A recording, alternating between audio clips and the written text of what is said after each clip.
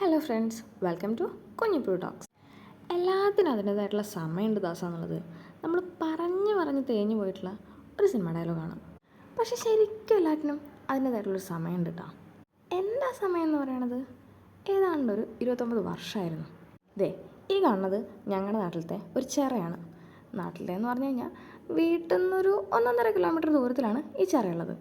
പക്ഷെ ആ ദൂരം ഓടിയെത്താൻ ഞാനെടുത്ത സമയമാണ് നേരത്തെ പറഞ്ഞ 29 വർഷം. മഴക്കാലത്ത് ഈ ചിറ കാണാൻ ഭയങ്കര ഭംഗിയാണ്. ചിറ ഇങ്ങനെ കവിഞ്ഞൊഴുകാൻ തുടങ്ങിയുണ്ടല്ലോ, പിന്നെ അത് ചെറിയൊരു മിനി ടൂറിസ്റ്റ് സ്പോട്ട് പോലെയാവും. ഞായറാഴ്ചയൊക്കെ ചിറ കാണാനും അവിടെ നീന്താനൊക്കെ വരുന്ന ആളുകളുടെ എണ്ണം എന്ന് പറഞ്ഞു കഴിഞ്ഞാൽ ഭീകരമാണ്.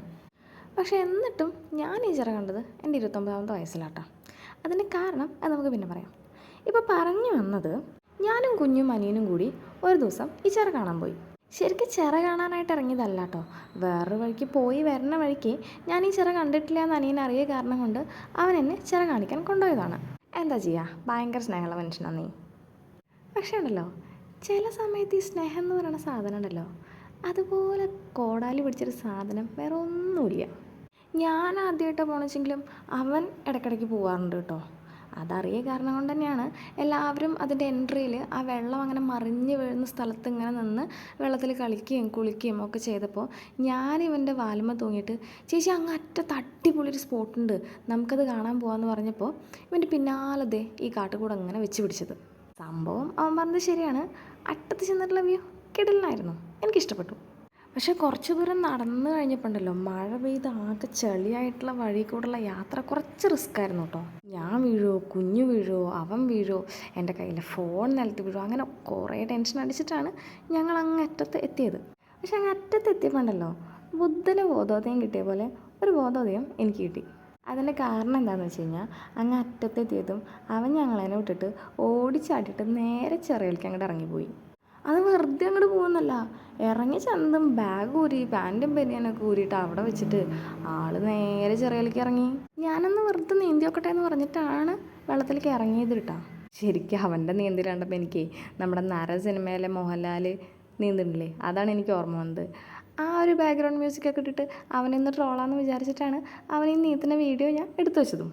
പക്ഷെ അവനങ്ങനെ വെറുതെ നീന്താൻ ഇറങ്ങിയതല്ല എന്നുള്ളത് എനിക്ക് കുറച്ച് കഴിഞ്ഞപ്പോൾ മനസ്സിലായി. അവിടെ അക്കരെ അവൻ്റെ കുറച്ച് ഫ്രണ്ട്സ് നിൽക്കുന്നുണ്ടായിരുന്നു, അവരേനെ ഉന്നം വെച്ചിട്ടായിരുന്നു അവൻ്റെ നീന്തൽ. ഞാൻ ആ സമയത്ത് ഈ പച്ചപ്പും ഹരിതാപയൊക്കെ കണ്ടിട്ട് അതിലങ്ങനെ മുഴുകി നിൽക്കുകയും ചെയ്തു. അതിൻ്റെ ഇടയിൽ കൂടെ കുഞ്ഞു എന്തൊക്കെയോ ചോദിക്കുന്നുണ്ട്, ഞാൻ അതിനെന്തൊക്കെയോ മറുപടിയും പറയുന്നുണ്ടായിരുന്നു.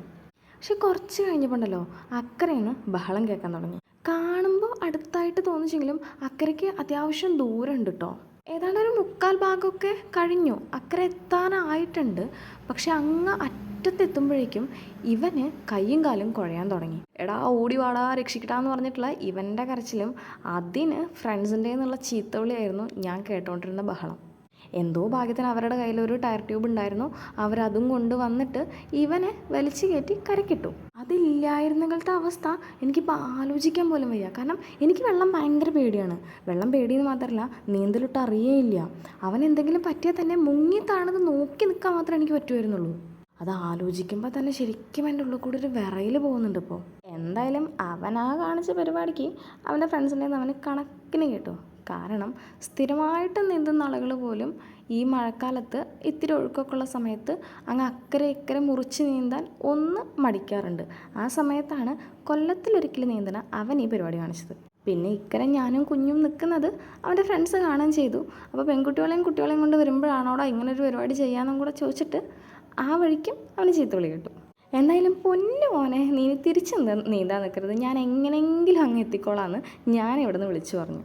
അങ്ങനെ കുഞ്ഞുനെയും അവനഴിച്ച് വെച്ച ബാഗും അവൻ്റെ ചെരുപ്പും ഒക്കെ എടുത്തിട്ട് ഒരു വിധത്തിൽ വന്ന ആ ചളി പിടിച്ച വഴിയിൽ കൂടെ ഞാൻ തിരിച്ചു നടന്നു. എന്തായാലും അതോടുകൂടിയിട്ട് എൻ്റെ ചിറ കാണാനുള്ള പൂതി അവസാനിച്ചു. ആൻഡ് ഗൈസ്, പേരറിയാത്ത ഏതോ ഒരു മരത്തിൻ്റെ ചുവട്ടിൽ നിൽക്കുമ്പോൾ എനിക്ക് അപ്പം കിട്ടിയ ബോധോദയം എന്താണെന്നറിയോ? നമ്മളിങ്ങനെ എന്ത് പരിപാടിക്ക് ഇറങ്ങുമ്പോഴുണ്ടെങ്കിലോ ഒരു മിനിമം തോന്നുന്നുള്ള ഒരു സാധനത്തിന് വേണം കൂടെ കൂട്ടാൻ. എന്തായാലും ഞാനിതെൻ്റെ വീട്ടിൽ പറഞ്ഞിട്ടുണ്ടായിരുന്നില്ല. ഇനിയിപ്പോൾ ഈ വീഡിയോ കണ്ടു കഴിഞ്ഞാൽ എന്തൊക്കെ പുകയിലുണ്ടാവും എന്തോ.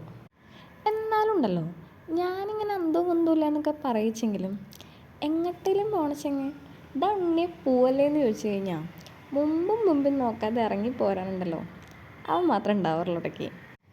So love you bro.